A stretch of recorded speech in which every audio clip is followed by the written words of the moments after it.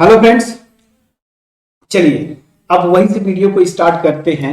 और यहाँ पे जो नेक्स्ट डेफिनेशन है, ऑस्कुलेट इनफाइनाइटली सीक्वेंसेस। तो नेक्स्ट डेफिनेशन जो होगा, नेक्स्ट डेफिनेशन वो क्या है?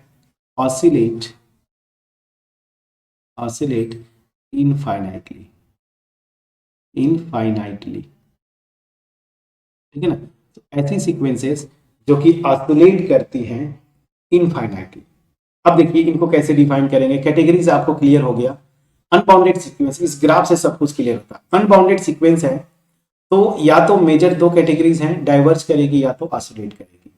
अब सीधी सी बात है, डिफिनीशन जो बुक्स में लिखते हैं कि ऐसी सीक्वेंस जो कि अनबाउंडेड हो, पहली चीज नॉन कन्वर्जेंट हो और वो डाइवर्जेंट भी ना हो, तो ऐसी सीक्वेंस को हम क्या बोलते हैं? Oscillates infinitely sequences. तो पहले मैं डिफिनीशन लिख दूं, फिर एग्जांपल के थ्रू मैं बहुत डेप्थ में कॉन्सेप्ट डिस्कस करूंगा, घबराना नहीं है। So an unbounded, an unbounded sequence, sequence is said to, is said to oscillate, oscillate infinitely, infinitely if it diverges, diverges neither to plus infinity nor to minus infinity. अब क्या हुआ? Simple सा definition एक line में मैंने बताया। ऐसी sequence जो कि अनबाउंडेड है, पहली चीज, और वो डाइवर्जेंट भी ना हो। अब मैंने बोल दिया डाइवर्जेंट भी नहीं है, मतलब क्या हुआ कि ना ही वो डाइवर्स करती है प्लस इंफिनिटी पे, ना ही डाइवर्स करेगी माइनस इंफिनिटी पे। अब ध्यान दीजिए, यही से मेन कॉन्सेप्ट समझ में, जो कॉन्सेप्ट समझना है आपको, मैं लिखूंगा नहीं, मैं आपको एक्सप्लेन करूंगा, ध्यान दीजिएगा। प्लस इंफिनिटी पे डाइवर्स करेगी, उस केस में क्या था कि ओनली, केवल और केवल प्लस इंफिनिटी ही इसका लिमिट पॉइंट हो।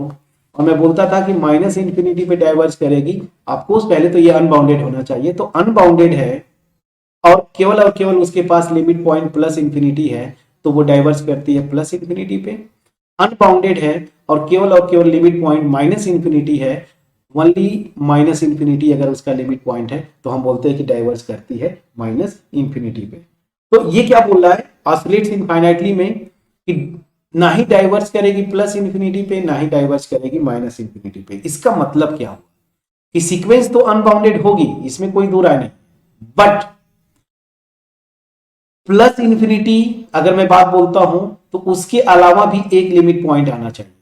यही मतलब हुआ ना कि डाइवर्स करती है प्लस इंफिनिटी पे, तो केवल और केवल इंफिनिटी ही लिमिट पॉइंट आना चाहिए प्लस। अगर प्लस इंफिनिटी पे डाइवर्स नहीं करती है, इसका मतलब क्या हुआ कि प्लस इंफिनिटी के अलावा भी इसके पास एक लिमिट पॉइंट है। उसी तरीके से अगर माइनस इंफिनिटी वाले केस में मैं बात करूं, ये डाइवर्स नहीं करती है माइनस इंफिनिटी पे, इसका मतलब क्या है कि इसके पास माइनस इंफिनिटी के अलावा और भी लिमिट पॉइंट्स हैं। क्लियर? बस ये लॉजिक है फ्रेंड्स। दो एग्जांपल दूंगा, दोनों एग्जांपल से आपको क्लियर हो जाना चाहिए। सो चलिए, पहला एग्जांपल जो मैंने वहां पे लिखा था, सीक्वेंस मैंने लिया था एफ एन, ठीक है, और जहां पे एफ एन को मैंने डिफाइन किया था -1 के power -1 raise to the power n into N for every n greater than और इक्वल टू 1। तो पहली चीज की ये सीक्वेंस लिख लीजिए। मैं आपको जब भी बोलता हूं कुछ भी निकालना हो सीक्वेंसेस में, तो सीक्वेंस के एलिमेंट्स लिखिए। n इक्वल टू 1 रखेंगे तो -1 raise to the power 1 minus हो जाएगा 1, और यहां से देखिए ये 1 हो जाएगा, तो अल्टीमेट ये -1।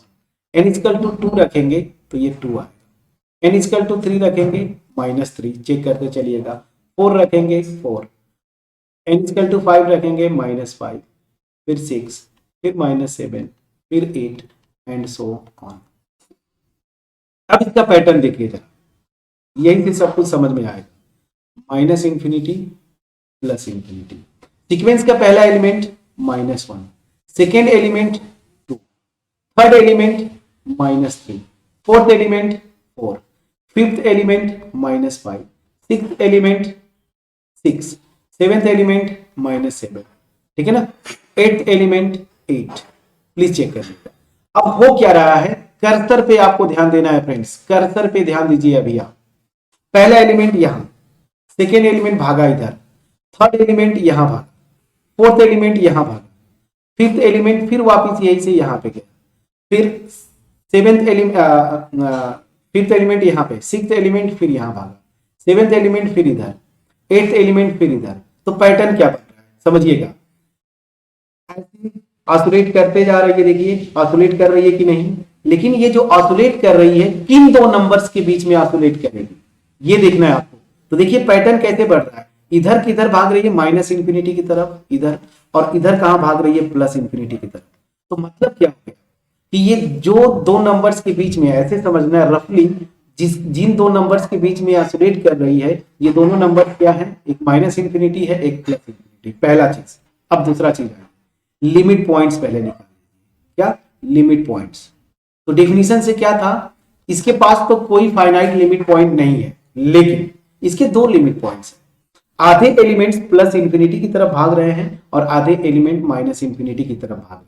तो इसके दो लिमिट पॉइंट्स आ जाते हैं, माइनस इंफिनिटी और प्लस इंफिनिटी। समझ में आ रहा है कि नहीं। और अल्टीमेट ये ऑसिलेट वाला नेचर तो है ही, ऐसे ऐसे जा रही है, कर्सर पे ध्यान दीजिए, ऐसे ऐसे, और इधर माइनस इंफिनिटी भाग रही है, इधर प्लस इंफिनिटी की तरफ। तो इसके दो लिमिट पॉइंट्स है, माइनस इंफिनिटी और प्लस इंफिनिटी।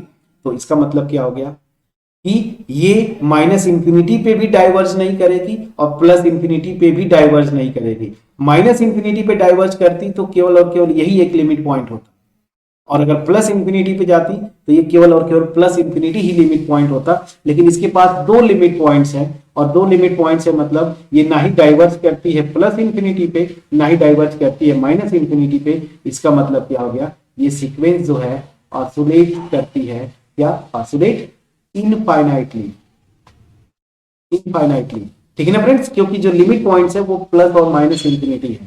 ऑसिलेट फाइनाइटली में देखिए वो दो फाइनाइट लिमिट पॉइंट्स के बीच में ऑसिलेट कर रही थी, जो ऑसिलेट फाइनाइटली था। और यहां पे क्या है, जिन दो लिमिट पॉइंट्स के बीच में ऑसिलेट कर रही है उसमें दोनों इनफाइनाइट। समझ में आ गया कि नहीं। तो ये ऑसिलेट इनफाइनाइटली। एक बड़ा आसान एग्जांपल जिसमें स्टूडेंट्स को कंफ्यूजन होता है, ये एग्जांपल पे बहुत ध्यान से दीजिए।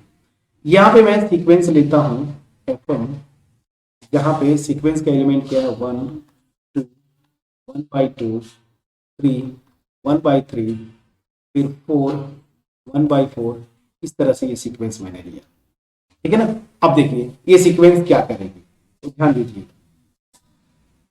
यहां पे जो पैटर्न फॉलो हो रहा है उसको आपको पकड़ना है, ठीक है। ये जो सीक्वेंस मैंने बनाया, सीक्वेंस जो मैंने बनाया, इसमें जरा इसको पकड़िए, 1 को यहां रखिए, ठीक है ना। फिर अगला एलिमेंट 2, फिर अगला एलिमेंट 1/2 आ गया फ्रेंड्स यहां, फिर उसके अगला एलिमेंट 3, फिर उसके अगला एलिमेंट 1/3 यहां पे, फिर उसका अगला 4, फिर उसका नेक्स्ट 1/4। तो पैटर्न क्या फॉलो हो रहा है ध्यान दीजिएगा, ये देखिए 2 3 4 ये किधर भाग रहे हैं प्लस इंफिनिटी की तरफ। लेकिन जो फ्रैक्शन वाले नंबर्स हैं 1/2 1/3 1/4, और यहां पे जब इसका लिमिटिंग केस लेंगे आप, तो ये अल्टीमेट आपको पता है ना, ये जो 0 अगर मैं लिख देता हूं यहाँ पे, ये 0 रियल नंबर, तो मैं देख रहा हूं कि इधर वाली जो फ्रैक्शन वाले नंबर्स है ना वो 0 की तरफ अप्रोच करें, देखिए ऐसे इधर अप्रोच करें। तो इसका मतलब क्या हुआ कि इस सीक्वेंस का ये एक लिमिट पॉइंट हो जाएगा। देख लीजिए फ्रेंड्स, हमने किया हुआ था इसको अलग अलग दो सीक्वेंसेस के टर्म में अगर आप समझेंगे। एक तो सीक्वेंस ये है 1 1/2 1/3 ऐसे, और दूसरी जो बन रही है इसमें वो क्या बन रही है, फॉर एग्जांपल 2 3 4 5 ऐसे। तो ये वाली जो सीक्वेंस है ना, ये देखिए इसका लिमिट पॉइंट ऑफकोर्स हम लोग किए हैं 0, तो देखिए ये 0 हो गया, और ये वाली क्या है भाग रही है प्लस इंफिनिटी। तो इस सीक्वेंस के दो लिमिट पॉइंट्स है, समझिएगा दो लिमिट पॉइंट्स है, क्या है, एक तो 0 है, ठीक है ना, एंड दूसरा जो मेरा आ रहा है अगर ऐसे देखें तो इधर भी जा रही है, तो दूसरा क्या जा रहा है प्लस इंफिनिटी। प्लीज चेक करिएगा। तो इस सीक्वेंस के पास दो लिमिट पॉइंट्स हैं 0 और इंफिनिटी।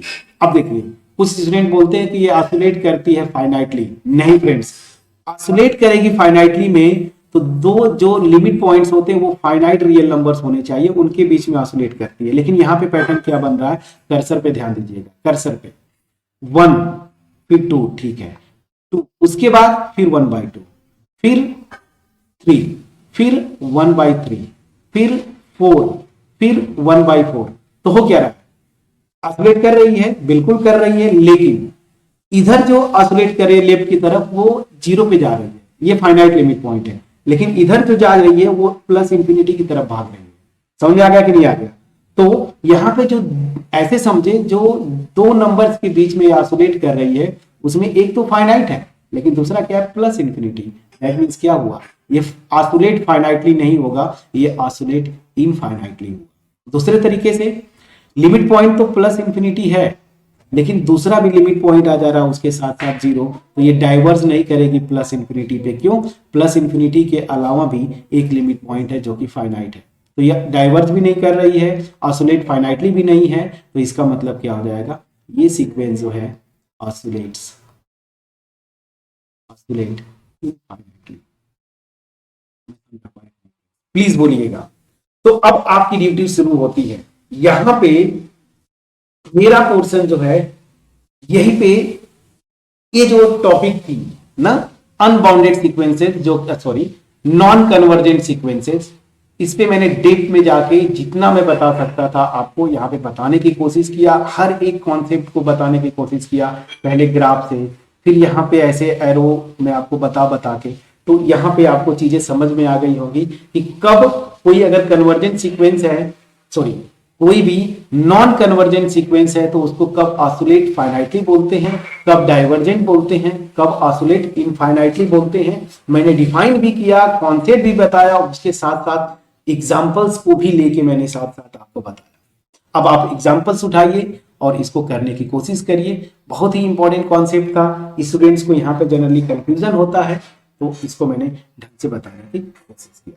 ठीक है, अब कुछ गिने चुने टॉपिक्स रह गए हैं सीक्वेंसेस पे, तो इनको हम आराम से करेंगे। होपफुली जो मेरा एफर्ट था वो आपके पास पहुंच पाया होगा। फिर से वही हमारा अप्रोच यही होता है, जैम और नेट के जो बैचेस हैं इसी तरीके से हम विजुअलाइज करवाने की कोशिश करते हैं। चैनल पे अगर आप नए हैं, चैनल को सब्सक्राइब करिए, बेल आइकन को जरूर क्लिक करिएगा। और अगर आप विजिट करते हैं, मेरे मैक्सिमम जो व्यूअर्स हैं, आप वीडियोज को विजिट करते हैं बट फ्रेंड्स आप सब्सक्राइब नहीं करते, तो ये थोड़ी सा डीमोटिवेट करता है हमें। सो प्लीज सब्सक्राइब करें और अपने फ्रेंड्स के साथ शेयर करें, बेल आइकन को जरूर क्लिक करिएगा। मिलते हैं नेक्स्ट वीडियो में, तब तक अपना ख्याल रखें, पढ़ाई करते रहें। Thank you so much.